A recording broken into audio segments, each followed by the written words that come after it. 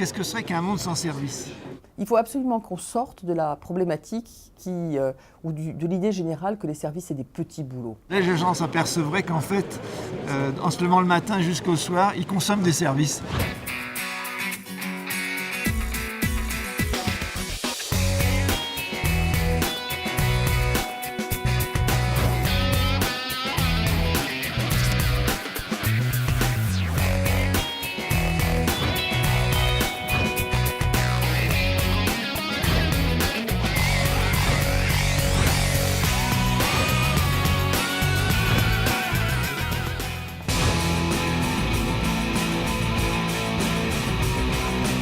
Service. Comment je vais le définir ? Pour moi, c'est vraiment la façon dont on va s'adresser à un client. On va le prendre en charge, on va s'occuper de lui. C'est une prestation entre deux personnes, physiques ou morales, qui ne donne pas lieu à la fourniture d'un produit tangible, concret, technique, physique. Service, pour moi, c'est une prestation qui est faite par un professionnel spécialisé dans son domaine et qui se supplée à l'action que pourrait faire quelqu'un en tant que tel. Le service, c'est toujours ce qui est utile. Et si ça ne marche pas, je ne le ferai plus. Les services sont finalement un formidable lieu d'échange, lieu de partage, lieu d'innovation, lieu de recherche aussi pour améliorer la qualité de la vie de nos concitoyens. Oui, le service, c'est un facteur de lien si on met de la relation dedans. Et moi, je pense qu'effectivement, on produit de la valeur sociale quand on crée de la relation dans un service.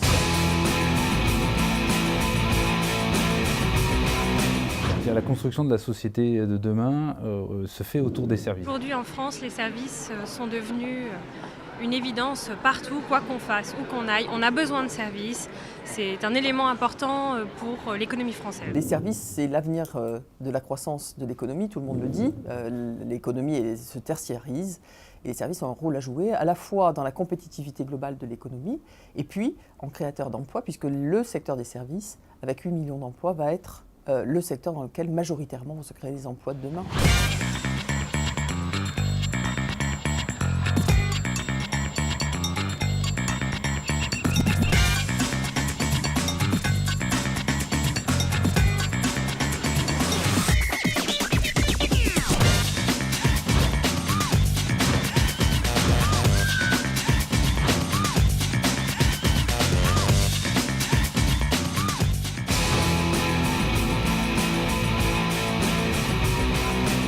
C'est une grande question, quelle est la valeur perçue d'un service ? La qualité des services en France pourrait être valorisée déjà en la mesurant. En faire une valeur qui est partagée par tous. Par les enquêtes de satisfaction. Je crois beaucoup aux démarches de certification, de labellisation qui permettent vraiment de donner confiance aux clients. Par la prospective, essayer de savoir quels vont être dans l'avenir les services à développer pour que les clients soient de plus en plus satisfaits. La valorisation des services en France se fait aussi par la remise de trophées, de prix. C'est un échange dans lequel la production et la consommation se réalisent au même moment et ce qui compte c'est ce qui se passe pendant cette expérience d'échange et donc c'est la co-construction et l'échange humain au moment de la consommation.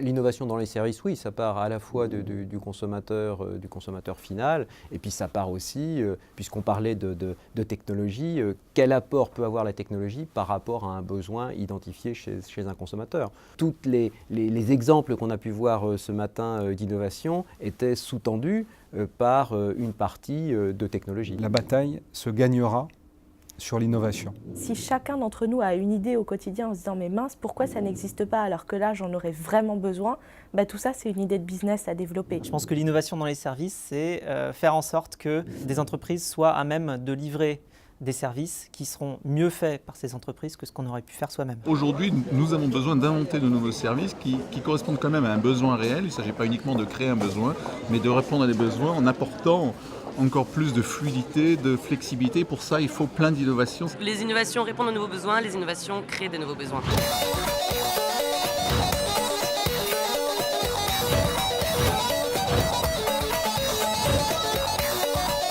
L'innovation dans les services, c'est différents aspects. C'est la première chose, c'est l'accompagnement des innovations dans tous les secteurs de l'économie, au travers des activités de conseil, de réflexion et de mise en place de nouvelles applications informatiques, de nouveaux usages technologiques. Dans les services, l'innovation passe par l'homme. Ce colloque, moi, il m'a ouvert finalement, j'ai entendu des grands noms du service présenter leur manière d'innover, leur conception du service. L'innovation dans le service, ça passe beaucoup chez nous par une adaptation de l'interface utilisateur.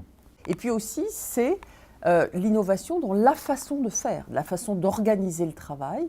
Donc l'innovation, elle a consisté simplement à prendre un besoin consommateur et de le traiter d'une manière très différente, en s'appuyant d'abord sur la demande et en essayant de voir comment, en essayant d'imposer le moins de contraintes, on va dire, industrielles ou de contraintes logistiques aux clients. Un label de responsabilité sociale est une innovation. Une norme qualité est une innovation. Ce n'est pas uniquement des technologies, c'est aussi des organisations, des process, des méthodes. C'est l'échange qui est à la base de l'innovation. L'innovation se nourrit du quotidien. C'est absolument déterminant. Ce sont des enjeux économiques, ce sont des enjeux d'emploi, ce sont des enjeux aussi de positionnement de la France. J'ai compris que nous étions au 3e rang de l'innovation. Alors, je n'ai pas plus d'informations que ça. Évidemment, il y a toujours à innover et heureusement, c'est un peu l'avenir de l'homme.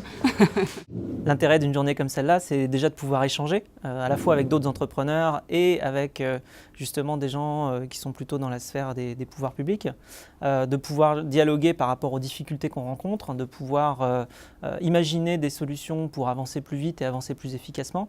Permettre à beaucoup de s'exprimer, des petits, des très très gros, des gens qui viennent du monde de la technologie, de l'IT, des gens qui viennent de l'économie très traditionnelle mais qui ont su se réinventer, innover avec leurs clients, très souvent, puisqu'on innove avec ses clients. Et puis un côté networking, ruche, qui fait qu'on va autant apprendre des intervenants, mais aussi de tous ceux qui sont dans la salle.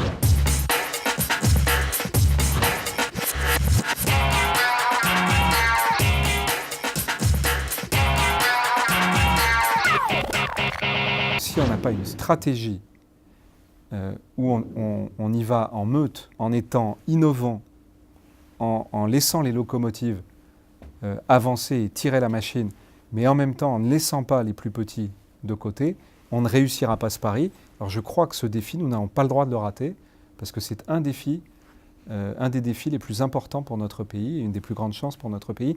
Je suis très optimiste, compte tenu de l'engagement des professionnels, des acteurs économiques, que je vois régulièrement, qui viennent me voir, qui sont parfaitement conscients de la situation, qui attendaient peut-être qu'il y ait cette impulsion. Je crois que nous sommes en train de la donner.